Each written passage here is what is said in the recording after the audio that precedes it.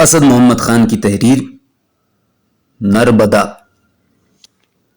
अभी कोई कहता था कि सावंत और दिलावर खत्म होते जा रहे हैं, इंडेंजर्ड स्पीशीज में से हैं। यह भी सुना था कि बिल्कुल खत्म हो गए, डोडो परिंदे की तरह। और अगर कहीं उनका जिक्र मिलता है तो बस अफसानों कहानियों में। मार्केट इकोनॉमी और कंज्यूमरिज्म और एहतियाज और अजली खुदगर्जी और खूनी बवासीर और रिमोट कंट्रोल ने इन्हें बिल आखिर निमटा दिया। इसलिए इन पर इसरार करना एनाक्रोनिज्म पर इसरार करना है। चलिए यूं ही सही, जिक्र करने में तो कुछ नहीं जाता, इसलिए आइए जिक्र करते हैं सावंतों का, एक कहानी जोड़ते हैं। तो पहले उसका ढांचा खड़ा कर लिया जाए। जमाना, जगह, लोग।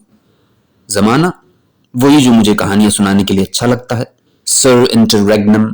बल्कि खुद फरीद खान शेरशाह सूरी की बादशाहत के 4.5 बरस कि जब उसने 800 कोस लंबी एक शाहरा बनवाई, जमीनों का इंसिराम दुरुस्त किया और हिंद के शोरिश ज़दा इलाकों में अमन कायम किया था और अपनी तलवार और तदबीर से फितना अंगेजियों का खात्मा करके खिलकत के लिए खुदा की जमीन रहने लायक बना दी थी। जगहों में दरिया, पहाड़, मुसत्ता मैदान, छोटी बस्तियां, गांव जिन्हें जानना अच्छा लगता है। तो लीजिए दरिया। मगर दरिया को आदमी और आदमी को दरिया 200 बरस में अपनाता है और कहीं 500 बरस में जाके दोस्त बनाता है।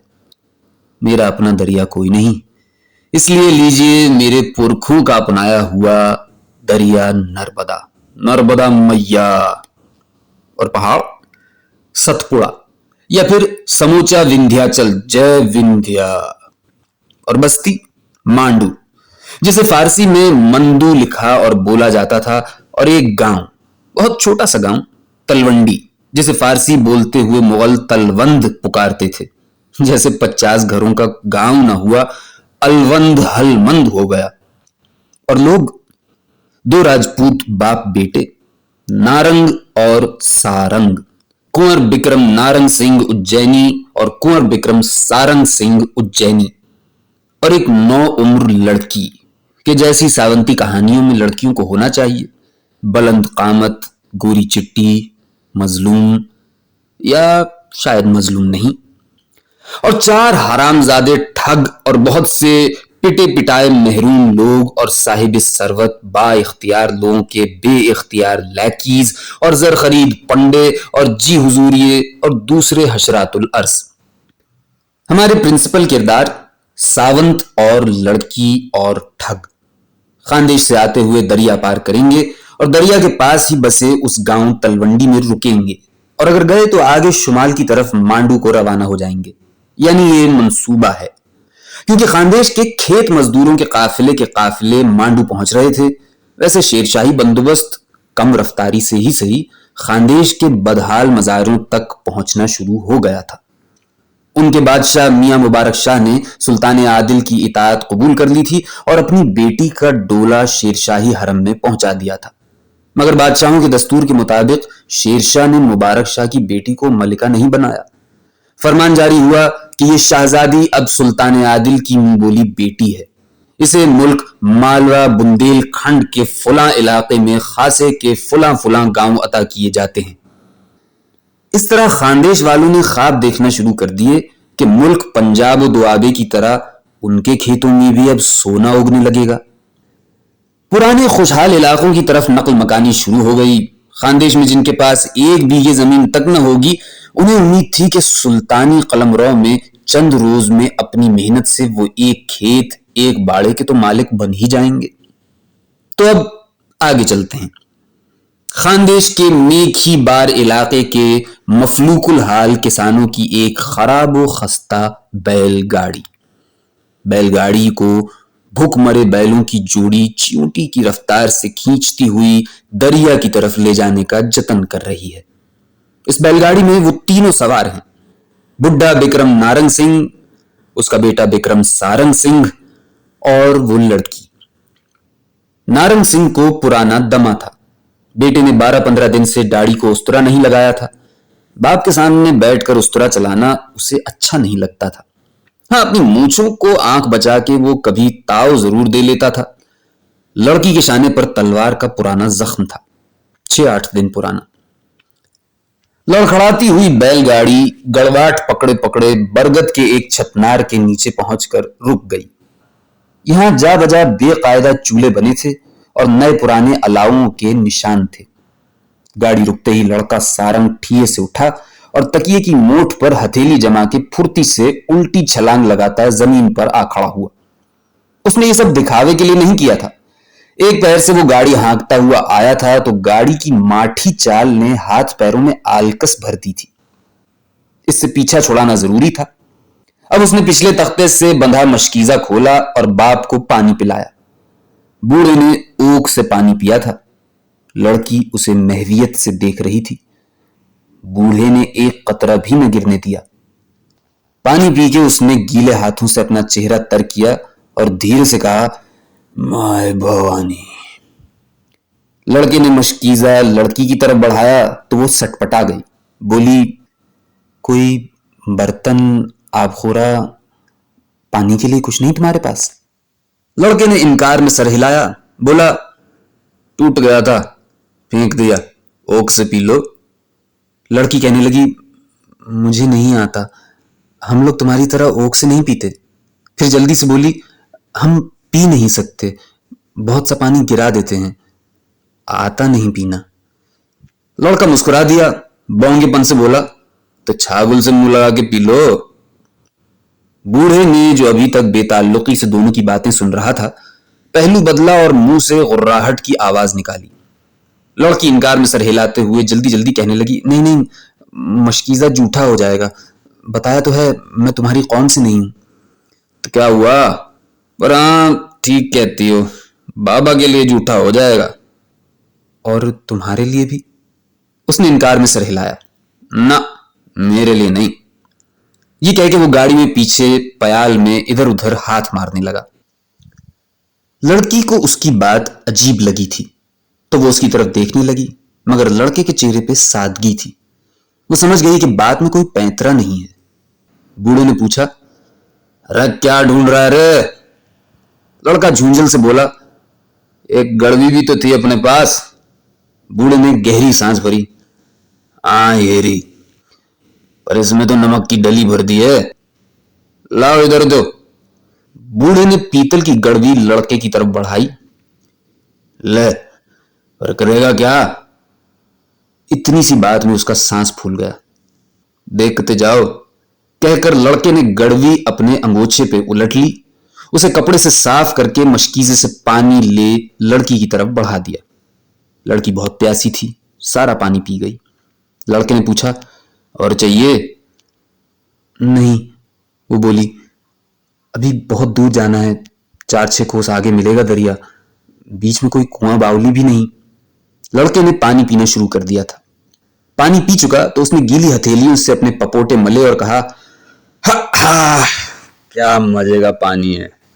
फिर बोला, ये जगह तुम्हारी देखी भाली है? कैसे? मेरे बाबा मल्लू खान के बंदोबस्त में एहलकार थे। मल्लू खान कभी मांडू का हुक्मरान था। शेरशाह के सालार शुजात खान सूरी ने उसे खदेड़ के गुजरात में पनाह लेने पर मजबूर कर दिया था। बूढ़े ने, जो मुंह पे चादर डाले पयाल पर गठड़ी बना हाँप रहा था, सर उठाया और लड़की को कड़ी नजरों से देखा। क्या थे तेरे बाप? मल्लू खान के पास क्या करते थे? जवाब देने से पहले लड़की ने लड़के की तरफ देखा।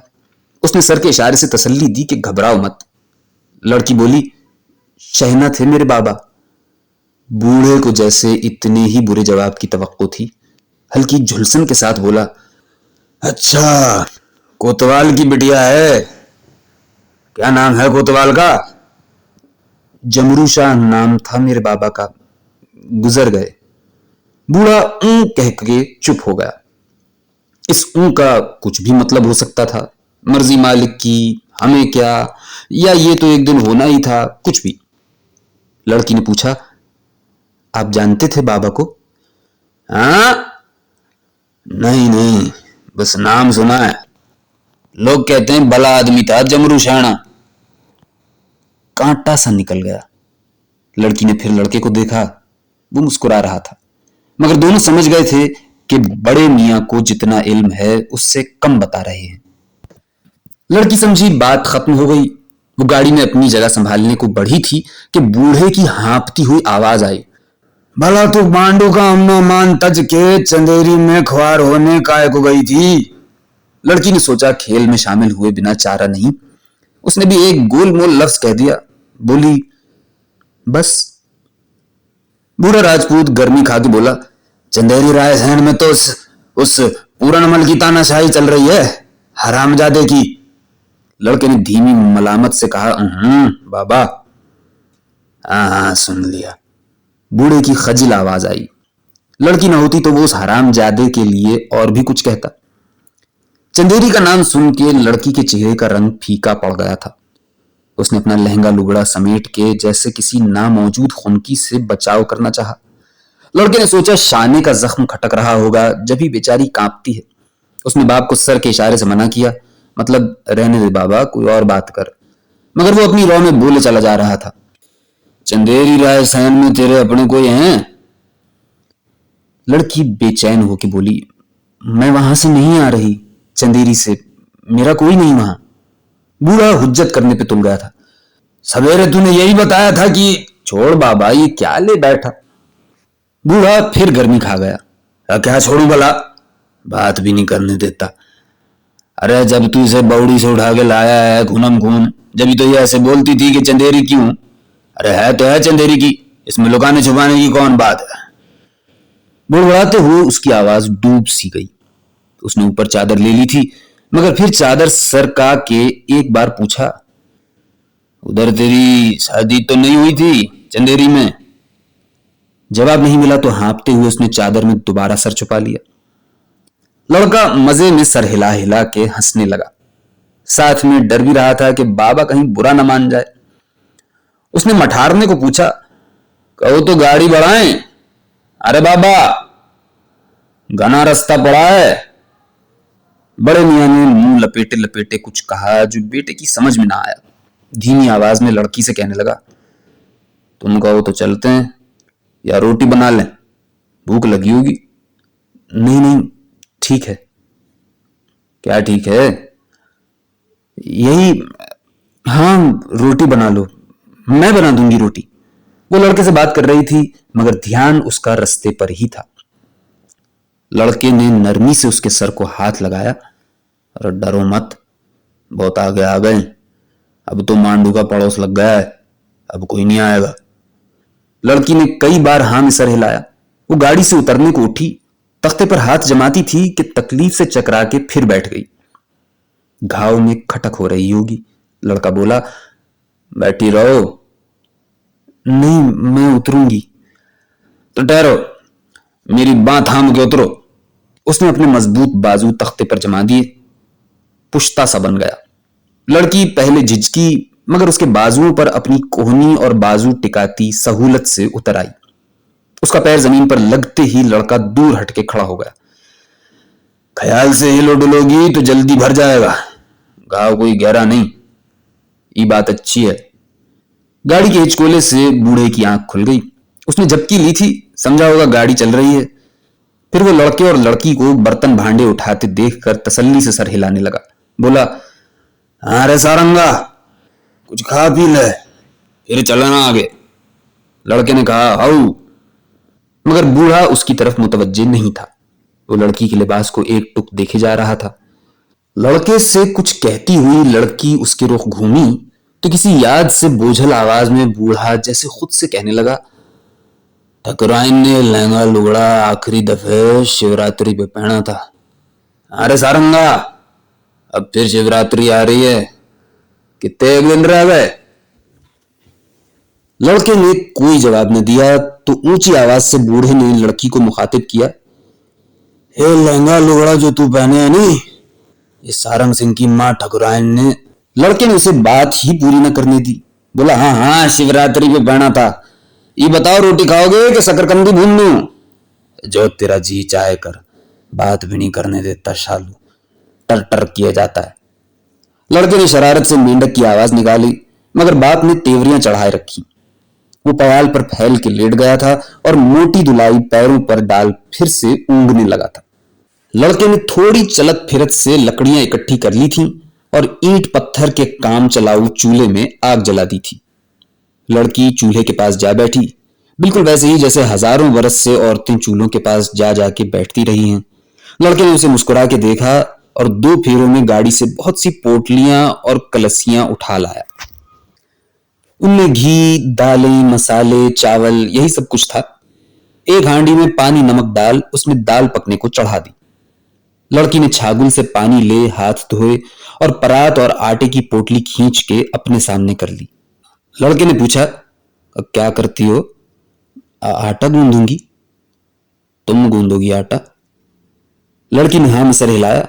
लड़का बोला, सुनो, पहले बाबा की रोटी मैं बना लेता हूं, पीछे तुम्हारा जी चाहे तो अपने मेरे लिए रोटी बना लेना। रेशम के कोरे थान के से रंग वाले चेहरे पे गुलाल फैल गया। मैं तो भूल ही गई थी कि तुम लोग मेरी बनाई हुई रोटी नहीं खाओगे। नहीं नहीं, मैं तो खाऊंगा। बाबा भी खा सकता था पर इस वक्त दुखी हो रहा है, उलझेगा। सुना नहीं, अभी अम्मा को याद कर रहा था। लड़की समझदारों की तरह सर हिलाती चूल्हे से दूर जा बैठी और लड़के को आटा गूंदते देखने लगी। फिर बोली, सारंग सिंह, आओ, तुमने अपनी मां का सबसे अच्छा जोड़ा मुझे पहनने को दिया है तो तुम्हारा बाबा इस बात से नाखुश तो नहीं है? लड़के ने आटे को मुक्की लगाते हुए एक बार लड़की की तरफ देखा। मेरा बाबा बड़े दिल का आदमी है, उज्जैनी राजपूत है, छोटी बात मन में नहीं आने देता।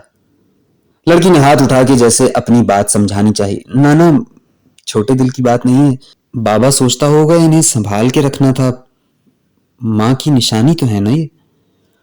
ठीक है, पर बाबा ने कुछ रखा ही नहीं, घर बार खत्म करके आग लगा दी गृहस्थी को, बस कपड़े बचा लिए थे मैंने। लड़की चूल्हे के पास खिसक आई। घर बार खत्म कर दिया? क्यों? वो धीरे से बोला, मां नहीं रही तो घर बार किस काम का? घर बार में सही, फिर भी रुकता कुछ नहीं, जीना मरना तो चलता रहता है। सब चलता रहेगा। राजधानी पहुंच के मैं सवारों में नाम लिखा लूंगा, अपनी गृहस्थी फैला लूंगा। और तुम्हारे बाबा? बाबा साध ले लेगा। साध? हाँ, जोगी का बाना पहन लेगा बाबा, साधु बन जाएगा। हो। लड़की बुढ़े राजपूत के लिए दुखी हो गई। लड़के ने हाथ का काम रोक दिया। बाबा कहता है, अब ऐसा है कि जिंदगी से मैंने जितना कुछ लेना था ले लिया। वो रुका, धीरे से हंसकर कहने लगा, बाबा मेरा कहता है कि तू मिल गया मुझे, बस उज्जैनियों का नाम उनकी परंपरा चल पड़ी। और अपना कहता है कि आगे शून्य है और सन्नाटा जैसा है, समझो एक अपार चुप सी, जिसके बीच और जिसके आगे कोई आकार नहीं, कोई आवाज नहीं, बस मौन है, खामोशी। ये बात करता है मेरा बाबा। बाप हिल डुल रहा था। लड़के ने गाड़ी की तरफ देखा, ऊंची चमकदार आवाज में लाड से बोला, हाँ बाबा, तू उठ गया, आ रोटी खा ले। लड़का बाप को रोटी खिला चुका तो परात संभाले लड़की की तरफ आया, बोला, अब अपने लिए मेरे लिए रोटी बना लो। लड़की ने रोटी बना ली, दोनों ने साथ बैठ के खा पी लिया। बरगद तले एक पहर गुजार के ये चल पड़े। रात आ गई। ये कछुए की रफ्तार से चलते रहे। नर्मदा के पतन तक पहुंचते पहुंचते अगले दिन का सूरज उगने को था। लड़की ने एक धीमी उदासी और शुक्रगुजारी के मिले जुले स्वभाव से नए दिन का इस्तकबाल किया। लड़का जो ठिये पे बैठा ऊँगता हुआ कभी बैलों को टटकारता, कभी आल्हा के बोल कहता, बूढ़े को बातों में उलझाता चला आ रहा था, आसमान की गुलाबी देख के ठिये से कूद गया। उसने हाथ बांध के एक बार अपनी पेशानी को छुआ, फिर दोनों मुट्ठियां कस के जैसे किसी अदेखी कटार के कब्जे पर गिरफ्त जमाए हुए हवा में वार किया। जय माए नर्मदा। वो नर्मदा मां की जयकार करता था। लड़की हौले से मुस्कुराई। उसने रोशन आंखों से देखा, सामने गुलाबी दरिया बह रहा था। नर्मदा, जय हूं गुलगून रंग। मगर ये तो आसमान है जो दरिया में उतर आया है। अभी उसने दरिया के चेहरे से नजरें हटाई भी न थी कि सुबह का सन्नाटा बूढ़े राजपूत की कोड़े जैसी आवाज से चटक गया। सारंगा, गड़वाट की ओर देख। लड़के ने सर घुमाया। देख, टीले की ओर से निकल रहे हैं। लड़की ने उसके इशारे की सीध में देखा। वो 4 थे, घोड़ों पे सवार, अपने हथियार दिखाते हुए सीधे बैलगाड़ी की तरफ आ रहे थे। उनकी कई रंग की मिंदीलें और भगवा, बैंजनी मुश्की और लाल सदरियां नए दिन की रोशनी में चमक कर उज्जल गई थीं और असल से कहीं ज्यादा रंगीन दिखाई पड़ती थीं। बाप बेटे की आंखें जैसे शिकरे बन गईं। दोनों एक साथ बुड़बुड़ाए, बटमार हैं ससुरे। बूढ़े ने पतन की रेत पर थूक दिया। दोबारा उसने कहा, ठग हैं हराम के जने, और शानों पर पड़ी हुई अपनी दुलाई गिरा दी। फिर कानों से लिपटी चादर फेंक गाड़ी के पयाल में हाथ डाल दिया। जरा की जरा में उसने अपनी न्याम की हुई सरोही, कटार और सवा बालिश्त चौड़ी राजपूती ढाल पयाल से निकाल ली थी। पटके में कटार ओड़स के कमर से न्याम का परतला बांधते हुए मैं भवानी कहता वो गाड़ी छोड़ रसान से जमीन पर आ खड़ा हुआ। एक बार उसने अपनी तलवार के कब्जे को छुआ। वो हाथ अपने माथे और आंखों पर फेरता हुआ होंठों तक लाया, उसे चूमकर तलवार के कब्जे पर मजबूत गिरफ्त कायम की और बेटे की तरफ देखकर कहा, अरे सुपुत्र सारंग सिंह। लड़के ने भी यही सब करते हुए धीरे से कहा, अरे बाबा। दोनों ने अपनी अपनी तैयारी की खबर दी थी। लड़के की कमर से खांडा बंधा था। खांडा बूढ़े की सरोही से कोई सवाई ड्योढ़ी लंबाई का था। ऐसे हथियार बल्ख और बुखारा से मंगाए जाते थे और सिर्फ नौजवान तलवरियों में मकबूल थे।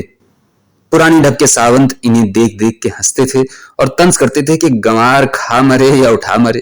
कहते थे, ई खांडा छोड़ कुलाड़ा काहे नहीं बांध लियो कमर से, हाँ भैया। लड़की याद करके मुस्कुराई। उसने बटमारों को बढ़ते और दोनों को तैयारी करते देखा। बाप बेटे की हरकत में एक तरह की हमवारी और स्वभाव में धीमापन था, घात करते चीते का धीमापन कि जब वो जमीन से पेट लगाए एक एक कदम बढ़ रहा होता है। ठगों के तो मरकब तक ऊबड़ खाबड़ टांगे मारते आ रहे थे। लड़के ने अब अपनी तरफ के पयाल में हाथ डाल दिया। उसने एक सुबुक सी बर्छी और राजपूती ढाल खींच निकाली। ये लो, दोनों तुम्हारे ही मतबल के हैं। उसने ये हथियार लड़की की तरफ बढ़ा दिए। आहा, लड़की ने बर्छी संभालते हुए बेइख्तियार तारीफ की। चारों सवार खासा बड़ आए थे। उसने बर्छी हाथ में तोली।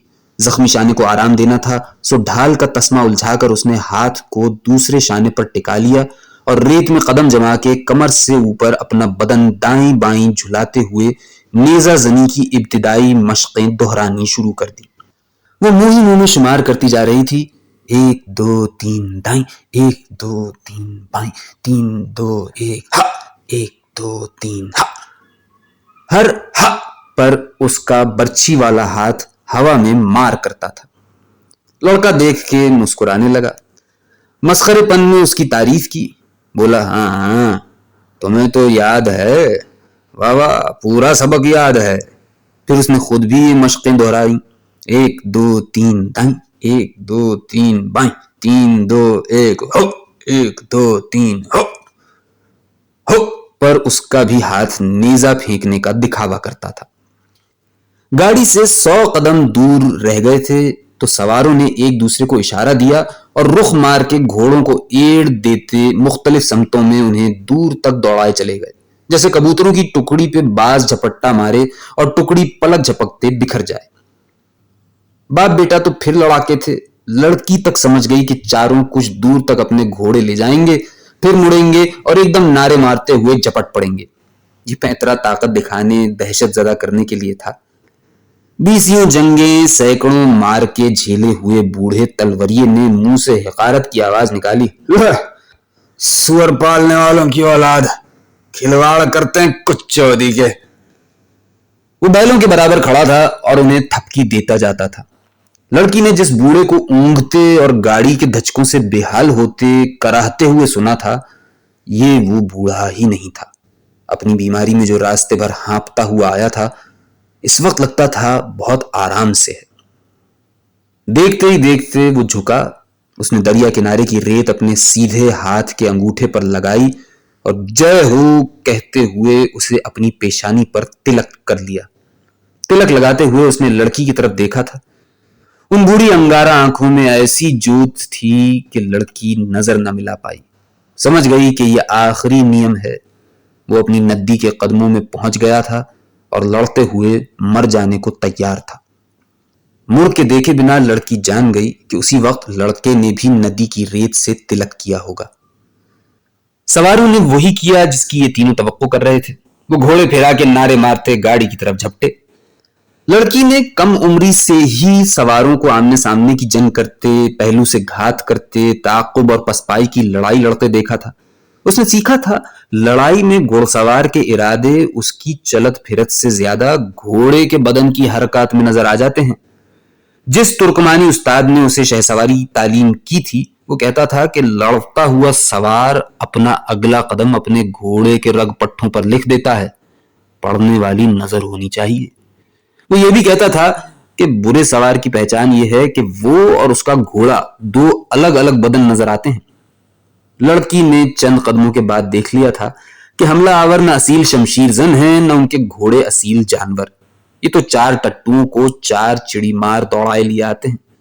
जख्मी शाने के बावजूद बर्छी लहराते हुए उसने अजब तवानाई महसूस की। झपटते हुए सवारों ने गाड़ी वालों पर वार न किया।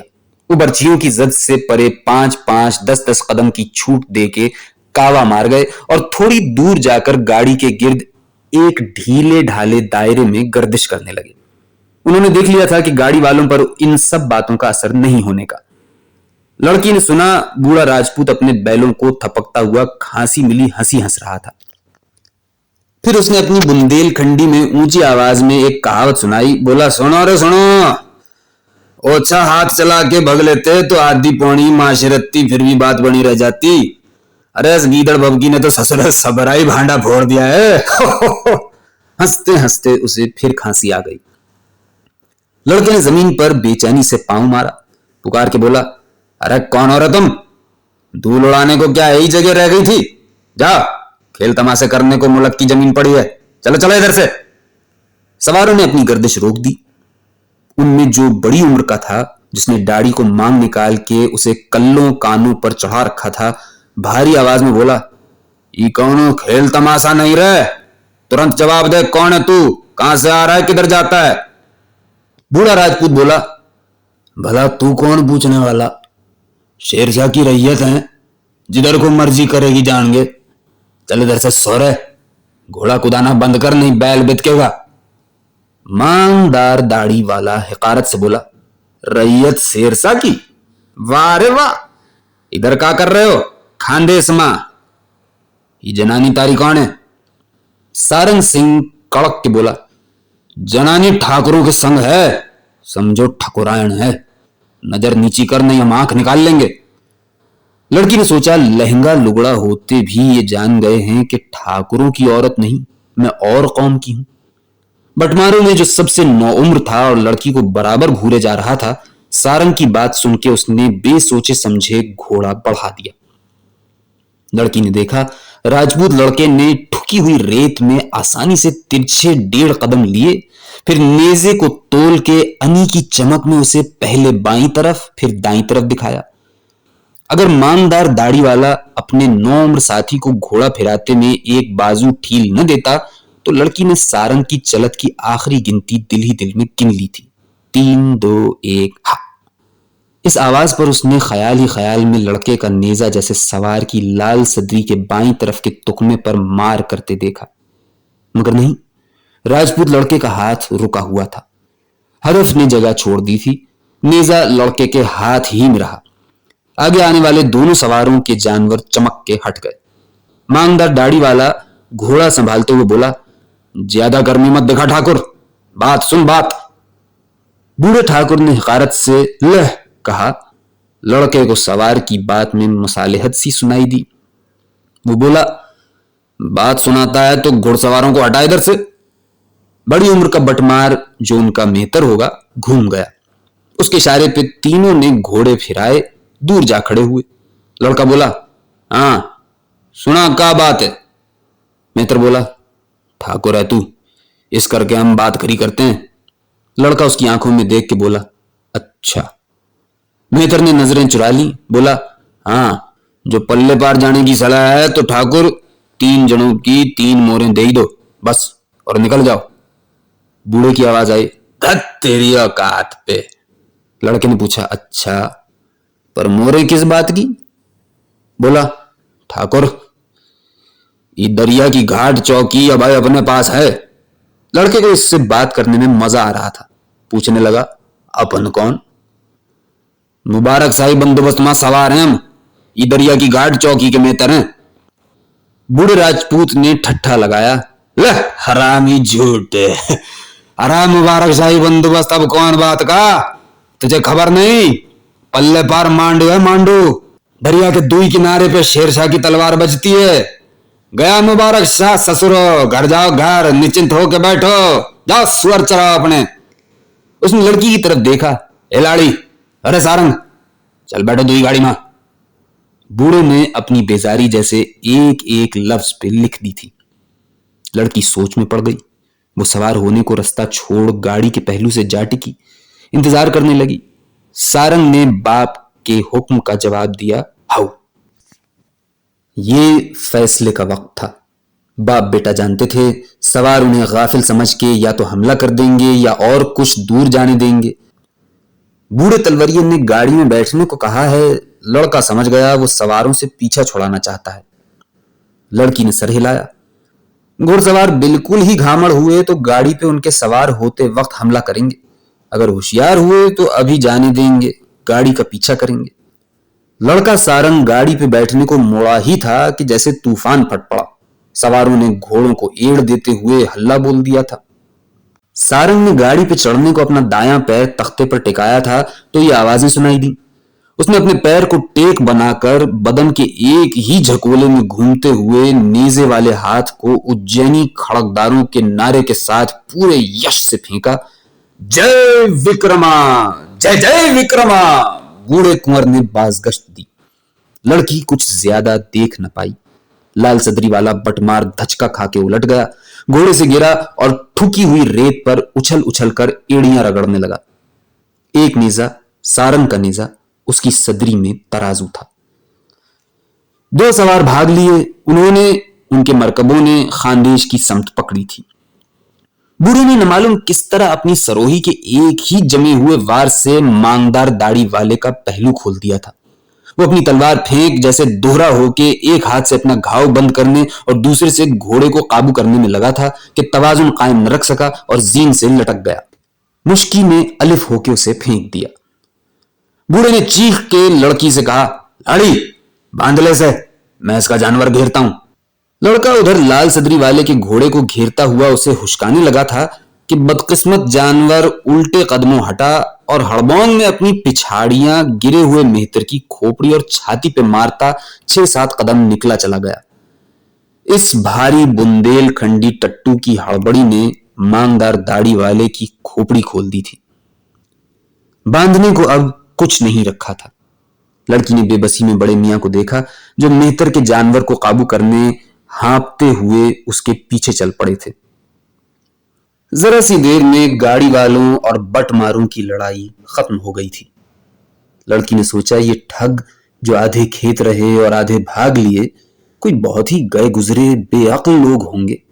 खोपड़ियों में इनकी इतनी सी बात क्यों नहीं घुसी कि ये खस्ता हाल लड़ाके जिनके बदन पे ढंग के कपड़े भी नहीं हैं, जो अपने मरे डूबे बैलों और टूटी फूटी गाड़ी के साथ ऐसे दर्शनीय हथियार लिए फिरते हैं, खतरनाक लोग होंगे।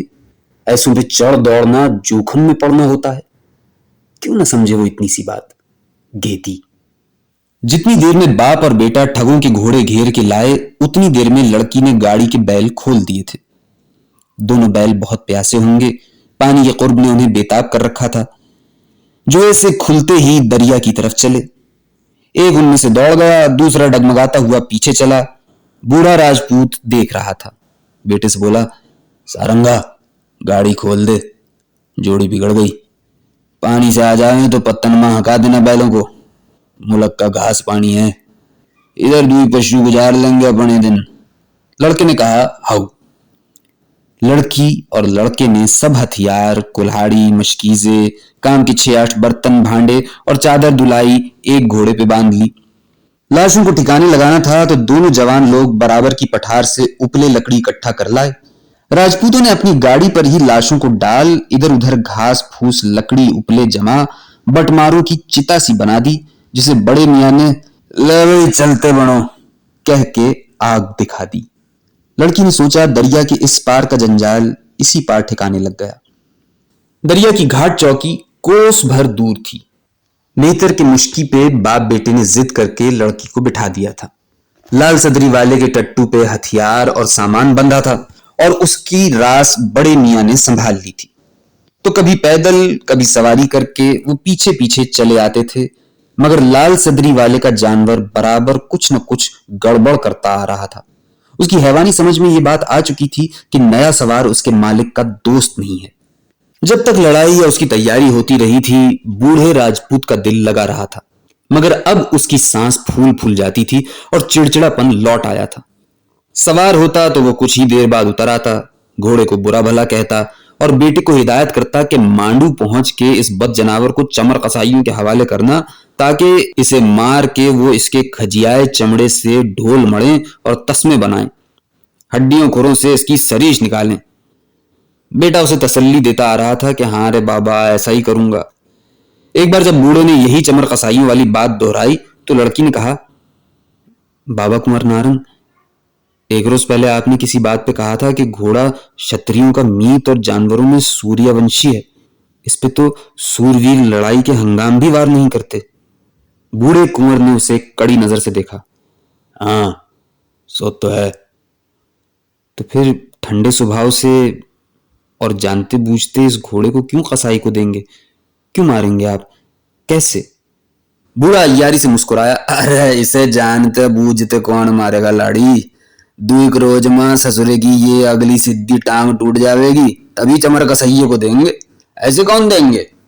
लड़का जो घोड़ों के साथ पैदल चला आता था और उनकी बातें सुन रहा था, एकदम हंस पड़ा, पेट पकड़ के बैठ गया।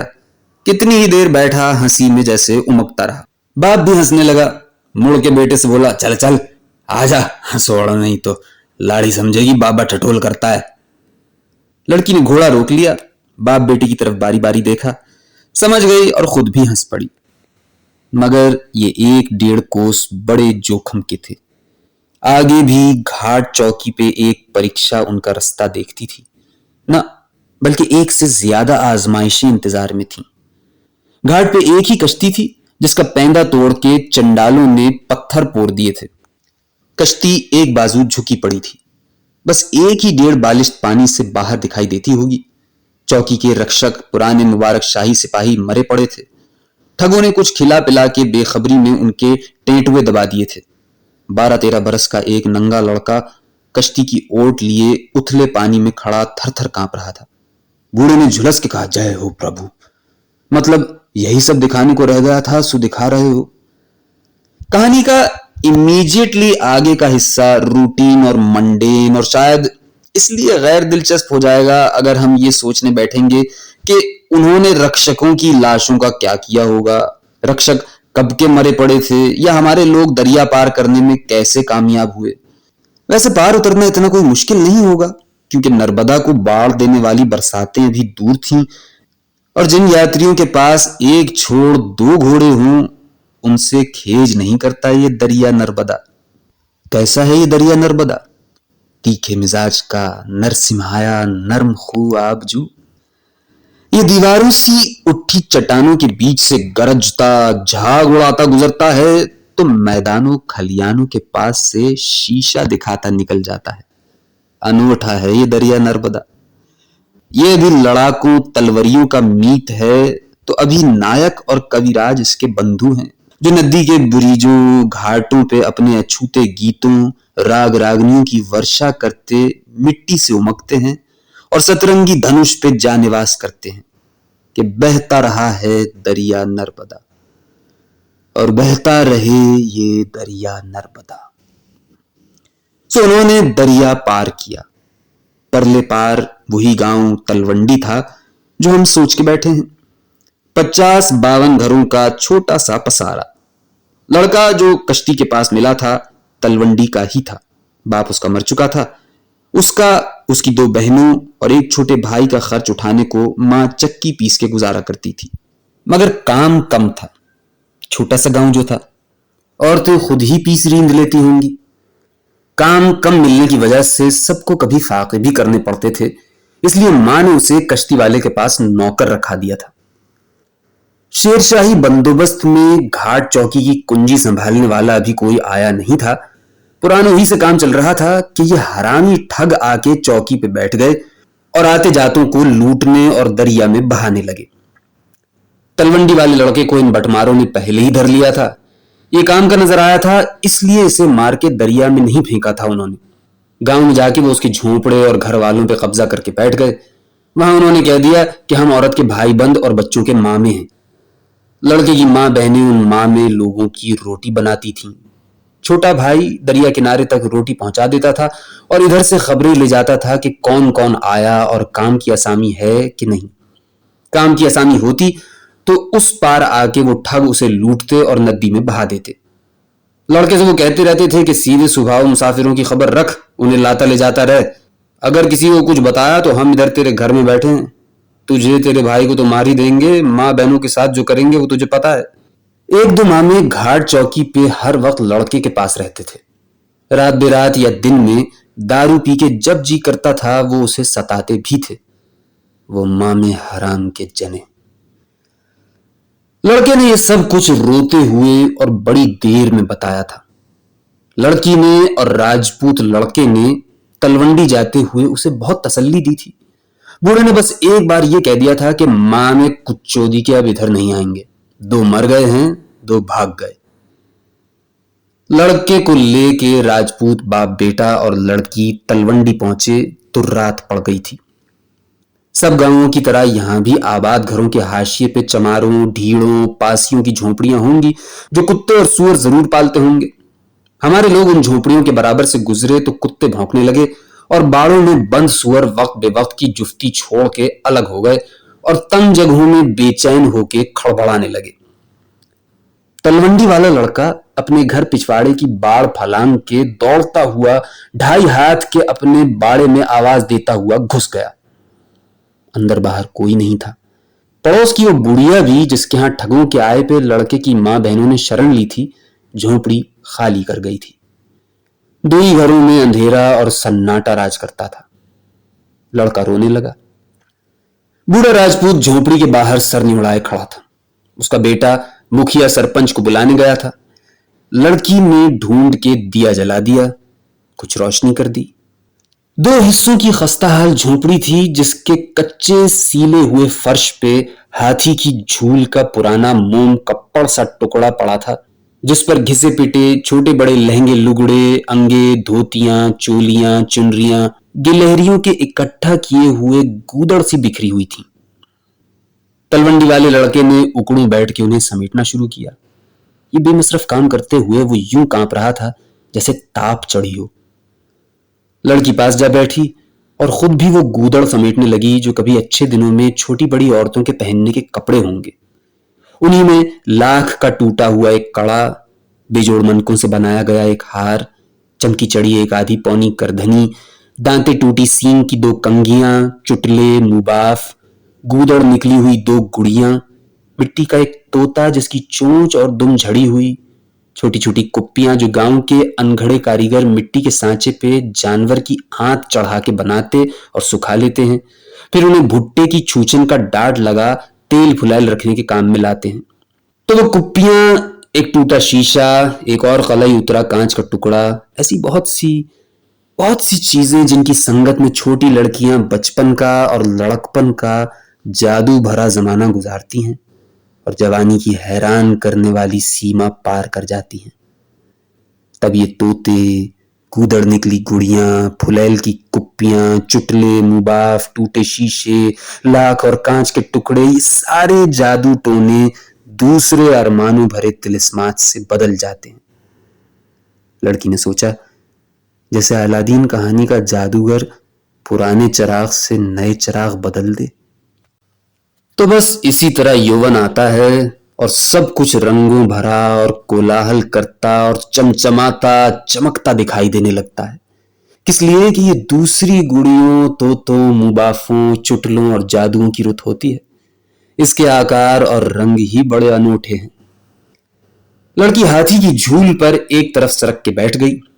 उसने उन प्यारी, बेहैसियत, बेकीमत, अनमोल चीजों को अपने लम्स से मैला न होने दिया।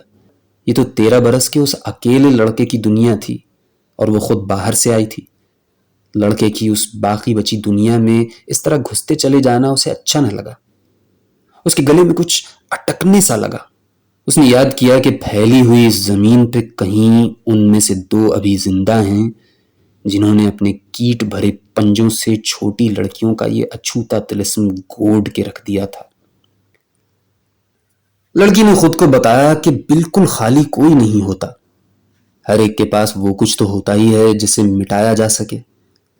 लंबी खुश्क साली में जिंदा रह जाने वाली चिड़ियों की तरह महरूमी के भयंकर सीमा पे जीने वाले इन यतीमों के पास इतना कुछ तो था कि जिसे आराम से बर्बाद कर दिया गया। और मलिया मेट करने वालों में से 2, उसने फिर याद किया कि वो 2 कहीं ना कहीं मौजूद हैं और वो इस फैली हुई धरती पे सांस ले रहे हैं। लड़की को सांस लेना दूभर हो गया। वो झोपड़ी से निकल आई। दूर गांव की अकेली सड़क से लोगों के चलने, बातें करने की आवाजें और घोड़ों की टापें सुनाई देने लगी। शोर करीब आता गया। सारंग सिंह गांव वालों को ला रहा था। लड़की बड़े मियां के पास जा खड़ी हुई। भांत भांत की बोलियां बोलते, खांसते, खुंकारते, तरह तरह के हथियार और देहाती मशलें उठाए गांव के कोई 30-35 बूढ़े, जवान और लड़के सारंग सिंह के पीछे पीछे आए और झोपड़ी के आगे आके मैदान में खड़े हो गए। बाप और लड़की को बाहर देख के सारंग समझ गया कि वो कहानी जो गांव वाले सुनाने आए हैं उन्हें मालूम हो चुकी। मुखिया हुजूम से निकल के आया। कहने लगा कि महीने भर से ये डकैत झोपड़ी पे कब्जा किए बैठे थे। कहते थे हम 40 परगने के व्यापारी हैं। खुद को औरत का भाई बन बतलाते थे। कहते थे बरसात लगने से पहले चले जाएंगे। ये ससुरे झोपड़ी में रहते थे। औरत बेचारी बच्चों को लेके पड़ोस की बुढ़िया ढेरनी कने उठाई थी। क्या करती बेचारी, उन डकैतों खोसड़ी वालों को पका पका के खिला रही थी। आगे किसी ने बताया कि चारों बटमार औरत से न उसके बेटों बेटियों से किसी को बात ही नहीं करने देते थे। वो बाहर निकलती तो कटार, बल्लम, भाला लेके एक जरूर साथ निकलता था, हंस हंस के बातें मठारता हुआ, जैसे सवाई खेम कुशल है, कहीं कोई गड़बड़ी नहीं है। इतने हरामी थे चारों। सच्ची बात तो यह है भैया कि औरत अकेली एकांत में होती तो भी किसी के सामने मुंह न खोल पाती, पक्की बात है। उन हरामजादों को जब भी वो मायके से आया हुआ ही बतलाती बेचारी। इतनी डरी हुई थी। वैसे वो इसे अकेला ही कब छोड़ते थे। एक कहने लगा, कभी हथियार बांध के 1-2 रोज को लंबे निकलते तो ऊंची आवाज में सबको सुना सुना के कह जाते थे कि अपना भाई बंद इधर ही है, सब जने हमारी बहन का, उसके बच्चों का ध्यान करना। और भैया सच बताएं, कभी तो लगता था कि सचमुच के व्यापारी हैं। ये बुकचे बांध बांध के लाते थे और बिसाती की झोपड़ी में रखते जाते थे। एक बताने लगा कि बच्चों का बाप बिसाती था। जिंदगी में भी उसने बाल बच्चा को कौन सुख दिया। मुखिया बोला, वैसे चारों बटमारों ने औरत को कोई चीज की कमी नहीं होने दी। नाच, घी, तेल, दाल, गुड़ सबई ढेर करके रखा था ससुरों ने। एक बात भलमनसी की ये थी कि बिसाती की विधवा से मांस उस कदे नहीं पकवाया। खुद पिछवाड़े जाके बकरा मुर्गा मार के अपना चूल्हा बना अपने मिट्टी के बासनों में खा पका लेते थे। दारू चेंडू भी इधर गांव में नहीं पिया। हाँ, और जो घाट से पी पा के कभी आ गए तो इतनी कोई खास उधम नहीं की। हाँ रे, जो बात जितनी हो इतनी कहना चाहिए, भगवान को भी एक रोज मुंह दिखाना है। ये आखिरी बात गांव के पंडे ने कही थी, जो हल्दी चंदन से खूब अपना माथा और अपनी भुजाएं रंगे आया था और धोती के पल्ले में हाथ डाले अंडुए खुजाए जा रहा था।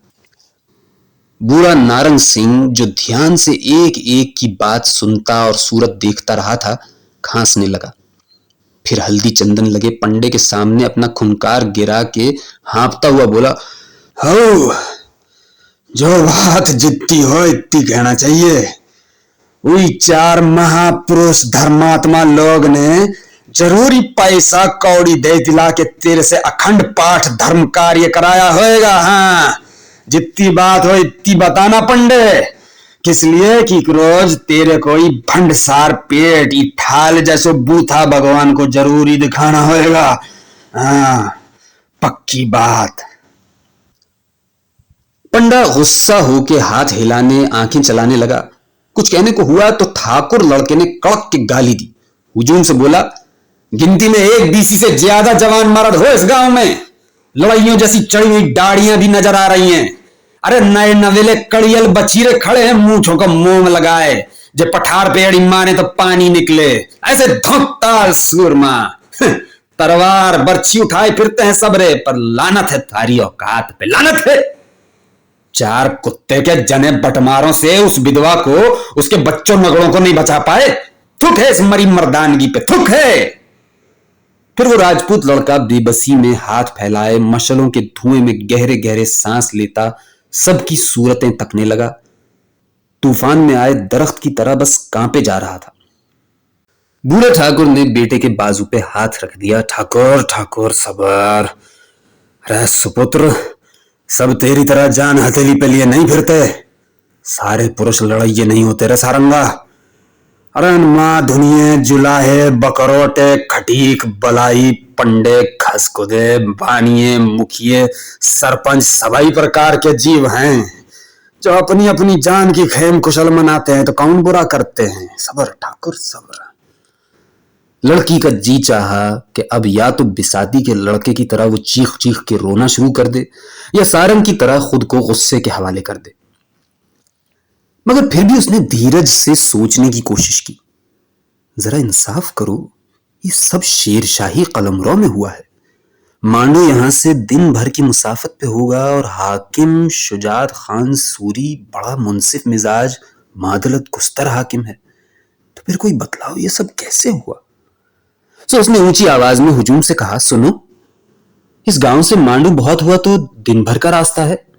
इन 30 दिनों में क्या एक सवार भी गांव से निकलने की जीवट नहीं कर पाया, एक भी। मुखिया बोला, ना ना जी भाई ठकुराइन, ऐसी बात नहीं है। बसाती की औरत के कने 2 दफे मैंने आदमी भेजा कि बोल भाई मांडू खबर कराऊं, पर वो मानती नहीं थी। बोलती थी लड़का घाट चौकी पे बंदी है, मार देंगे उसे।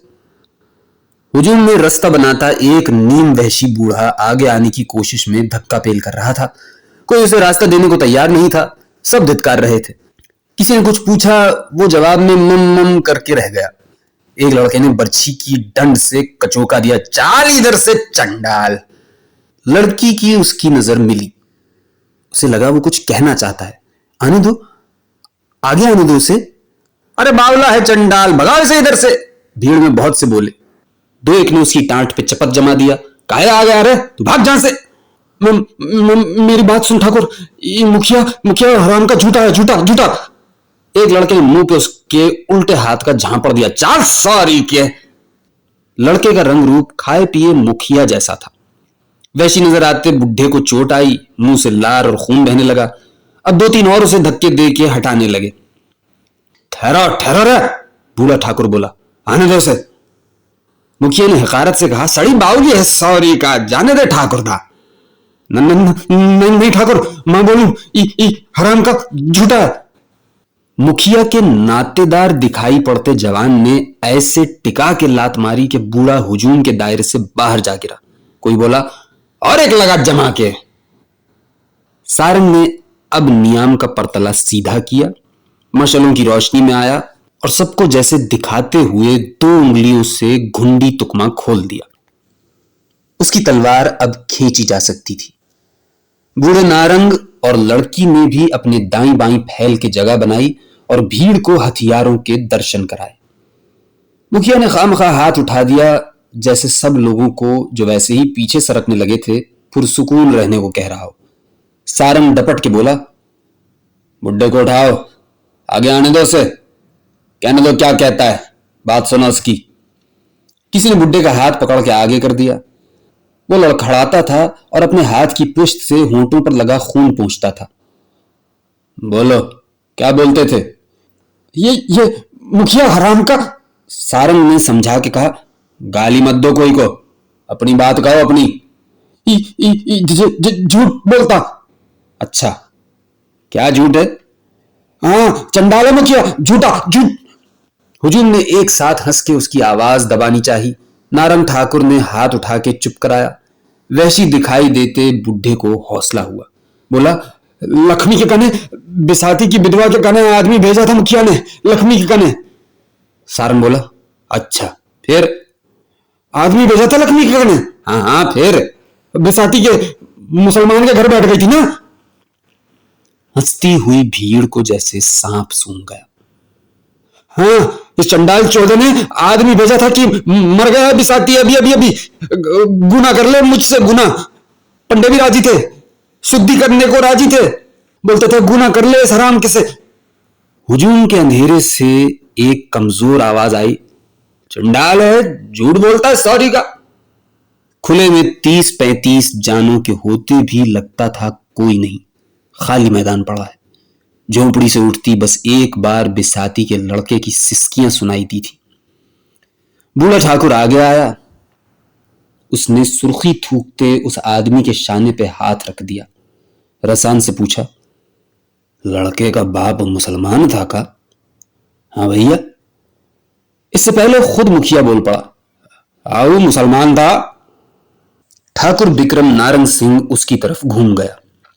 जब भाई तुमने सबरा गांव ने खबर नहीं पहुंचाई, लक्ष्मी मुसलमान के घर बैठ गई थी, बच्चे पे बच्चा जन रही थी। हाँ, कहे मर्जी थी तुम्हारी कि गांव का कलंक ठगों के हाथ से मिट जाए, फिर गद्दे पे गांव भर के निश्चित होके बैठो सबाई के सब। हाँ हाँ कहते हुए राजपूत की आवाज टूट गई। बेटा संभालने को बढ़ता था मगर फिर रुक गया। मुखिया धीमी आवाज में बोला, नहीं ये बात नहीं ठाकुरदा। तो फिर? उससे लक्ष्मी से मन मांडू का पूछा था, पर ना ही कर दी उसने। इधर उधर देख के वो खिसियाई हुई हंसी हंसा। आप जानो ठाकुरदा, जनानी की अकल में जो एक ही बार बैठ जाए सो थप्पड़ मार के सबरे दांत झाड़ दूंगा कुकरी के जने। मुखिया है तू कि बदजनावरों की भड़वत करता है, सौरी के कलंक। बूढ़े नारंग सिंह की आवाज जैसे कुएं के जगत पे गिराई हुई थाली थी जो बाहर के फैलाव में और अंदर की गहराई में बजती चली जा रही थी। बाबा बाबा। सारंग ने बाप के शानों को अपनी मीठी गिरफ्त में ले लिया। बाबा, ये तलवंडी जिंदों का गांव नहीं, मरे मुर्दों का गांव है। मुर्दे निवास करते हैं इधर। पहले मैं समझा था इस ग्राम में हिजड़े बसते होंगे, इस कारण गुस्सा करता था, पर अब समझा हूं ये जिंदों का गांव नहीं, शमशान है। हम चार बिलावजे निकल आए इधर। गांव के लोग पहले एक एक दो दो करके फिर टुकड़ियों में अपनी जूतियां खुसर खुसर करते अंधेरे में घुल गए। खाली मैदान में कब तक खड़े रहते? राजपूत बाप बेटा और वो लड़की झोपड़ी की फटकी खोल सायों की तरह चलते हाथी की झूल पे जा बैठे। चीथड़ा कपड़ों के ढेर पे सिजदे की मुद्रा में पड़ा तलवंडी वाला लड़का सिसकियां लेता था। सुबह हुई तो लड़की ने गांव के छोटे कुएं से, जो ढीड़ों चमारों पासियों के लिए और बिसाती के घर वालों के लिए छोड़ दिया गया था, पानी भरा। पानी लाती थी तो उसने देखा कि बूढ़ा कुंवर झोपड़ी के खुले दरवाजे के आगे हाथी की झूल बिछाए दुलाई ओढ़े बैठा है। पानी के भांडे रख लड़की ने पालागुन किया तो ठाकुर ने उसके सर को हाथ लगा कुछ बुदबुदाया। वो जाके आग चेताने का जतन करने लगी। ठाकुर उदास अधखुली आंखों से उसे देखता रहा। सामने उसका बेटा छतनार के साय में प्याल डाले बेखबर पड़ा सोता था। आग चेता के लड़की बूढ़े के पास आई, बोली, ठाकुर दद्दा, अभी तुम्हारे लिए शकरकंदी भूने देती हूं, सारंग उठेगा तो रोटी बना देगा तुम्हारी। ठाकुर ने पहले लड़की की तरफ, फिर उसारे से टेक लगाए बैठे बिसाती के लड़के की तरफ देखा। खनखार के धीरे से बोला, नहीं लाड़ी, शकरकंदी रहने दे, मेरे और इस लालित के लिए एक एक रोटी डाल दे, तनिक अचार दे दे, हम दुई जने आहार कर लेंगे। ठाकुर ने लावारिस लड़के को लालित कहा था, लाडला, और उसने लड़की से अपने लिए रोटी बनाने को कहा था। लड़की ने अपने दिल की मुसर्रत में कुछ बोलना चाहा, मगर नहीं, चुप रहना अच्छा है। उसने जो सुना सब ठीक ही सुना है, और इसमें हैरान होने की क्या बात है। उसने बूढ़े कुंवर की आज सवेरे की आंखों का लक्षण याद किया, जिनमें गुस्सा था और नमी थी। वो अपनी उमगती हंसी वाला चेहरा छुपाए शुक्रगुजारी में मुड़ी और चूल्हे के पास आ बैठी। ठाकुर और छोटे लड़के के लिए उसने 2 रोटियां बनाई, उन पर घी लगाया और मिट्टी के कूंडे में रोटियां और अचार रख के ठाकुर के पास ले आई। वो उसारे के बराबर खड़ा कुल्ली करके मुंह पर छींटे मारता था। फिर उसने चादर लपेटी, छोटे लड़के को इशारा किया, बोला, लाड़ी के हाथ से कूंडा ले ले रहा और चल मेरे संग।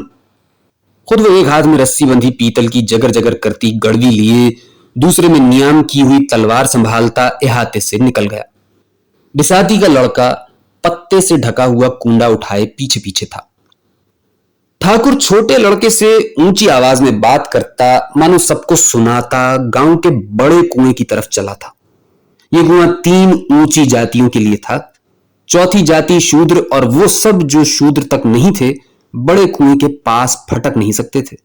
ये उनकी परछाई से भी खराब हो सकता था, ये ऊंची जातियों वाला कुआं। कुंवर तो क्षत्रिय था, बड़ा कुआं बेशक उसका कुआं था, वो जब चाहे जा सकता था, आ सकता था, फिर जा सकता था। मगर ये क्या कर रहा है ठाकुर? लड़के को साथ क्यों ले जा रहा है? बूढ़ा ठाकुर उसे ऊंची आवाज में यही बताता आ रहा था कि हम 2 जने बड़े खूह से पानी खींचेंगे, फिर उधर ही खूह के मंच पर बैठ के आहार करेंगे। लड़का चुप था। यह बहुत से बहुत बड़े मियां की हर बात पे हूं हां करके सर हिला देता था। कुंवर गलियारों से गुजरते हुए ऊंची आवाज में उसे बार बार समझा रहा था कि हम मंच पे बैठ के रोटी तोड़ेंगे। ये खूह तेरे बाप के और तेरी मां के गांव का खूह है, मेरा भी है। कोई हमको काय को टोकने लगा? हम 2 जने किसी का क्या लेते हैं? बस पानी खींचेंगे, उधर मंच पे बैठ के रोटी तोड़ेंगे 2 जने। रोटी अभी गर्म है, लाड़ी के हाथ की रोटी है, उसने घी चिपड़ के दिया इतना इतना, साथ में अम्बी का अचार है। वो धीमी हंसी हंसा। अरे सौभाग्य है अपना कि घी चिपड़ी गर्म रोटी अम्बी का अचार मिला है, रोज रोज कौन मिलता है। आजा, इधर रख दे कोंडा मंच पे, ले मैं पानी खींचे लेता हूं। गांव की जो औरतें पानी भर रही थीं, वो कुंवर और छोटे लड़के को आता देख के अपने बर्तन भांडे संभाल हट गईं, चली गईं अपने घरों को। वहीं गांव के लड़के भी खेलते थे। 2-3 खबर करने को दौड़ गए, 3-4 वहीं खड़े रहे, समझते थे कोई ऐसी बात होने वाली है जो उन्हें देखनी चाहिए। लड़की और सारंग सिंह हथियार संभाले दौड़े दौड़े आ गए थे। उन्होंने देखा ठाकुर ने कुएं के जगत से तलवार टिका दी है। गड़वी से पानी खींच वो मंच की कच्ची मिट्टी पे कुल्ली करता है। फिर उसने छोटे लड़के को इशारा किया, उसने भी गड़वी से पानी ले मंच के बराबर कुल्ली की। सारंग सिंह ने मुस्कुराती आंखों से लड़की की तरफ देखा, कहने लगा, मन ने बोला था ना, बाबा मेरा बड़ा जिद्दी है। लड़की ने मुस्कुराते हुए हां में सर हिलाया। चौराहे में खुलने वाली सब गलियों में लोग इकट्ठे हो गए थे। बिसाती के बेटे ने कुएं के मंच पे बैठ के कुल्ली की थी तो ऐसा लगा था कि जैसे 1000 छत्तों से लाखों मधुमाखियां गजन करती उठी हैं। सारंग ने और लड़की ने सर घुमा के देखा। गांव के सभी देखते थे, पंडा और मुखिया नहीं आए थे। बूढ़े कुंवर ने कूंडे पे ढका केले का पत्ता हटाया, एक रोटी लड़के की तरफ सरकाई, दूसरी अपनी तरफ खींची। अंबी का एक टुकड़ा अपनी रोटी पे रखा, दूसरा लड़के को बढ़ा दिया। फिर चारों तरफ नाराज आंखों से देखते हुए निवाला तोड़ दिया। लड़का अपना निवाला मुंह की तरफ ले जाता था कि नारंग ठाकुर झंझनाती हुई आवाज में बोला, तुझे बिस्मिल्लाह बोलनी कोई ने नहीं सिखाई रे? बिसाती का लड़का चमक गया, डरी हुई आवाज में बोला, बिस्मिल्लाह। कुंवर ने तसल्ली दी, हाँ शाबाश, अब खा। और खुद इधर उधर देखते हुए उसने मुंह में निवाला रख लिया, जय जय प्रभु। जितनी देर वो दोनों कुएं के मंच पे खाना खाते, पानी पीते, हाथ मुंह धोते रहे, गांव वाले गलियों के दहानों पे मौजूद रहे। बूढ़े ठाकुर के उठते ही गलियारे खाली हो गए। बिसाती के बैरूनी हाशिए से 6-8 ढीड़, पासी, चमार दौड़े दौड़े आ गए थे। वो पुराने पीपल की ओट लिए ऊंची जातियों के कुएं की दुर्गति देखते रहे। वो डरे हुए तो होंगे ही, पर बूढ़े ठाकुर को अकीदत से भी देखते जाते थे और दांत निकाले मुस्कुरा रहे थे। लड़की ने उन लोगों को मुस्कुराते देखा और दिल ही दिल में कहा, हाँ ये ठीक है। कुंवर विक्रम नारंग सिंह उज्जैनी एक हाथ में रस्सी बंधी गड़वी, दूसरे में जूठा कूंडा उठाए कुएं का मंच छोड़ के अपने बेटे और उस लड़की की तरफ चल पड़ा। छोटा लड़का दोनों हाथों से उसकी तलवार संभालता पीछे पीछे आ रहा था।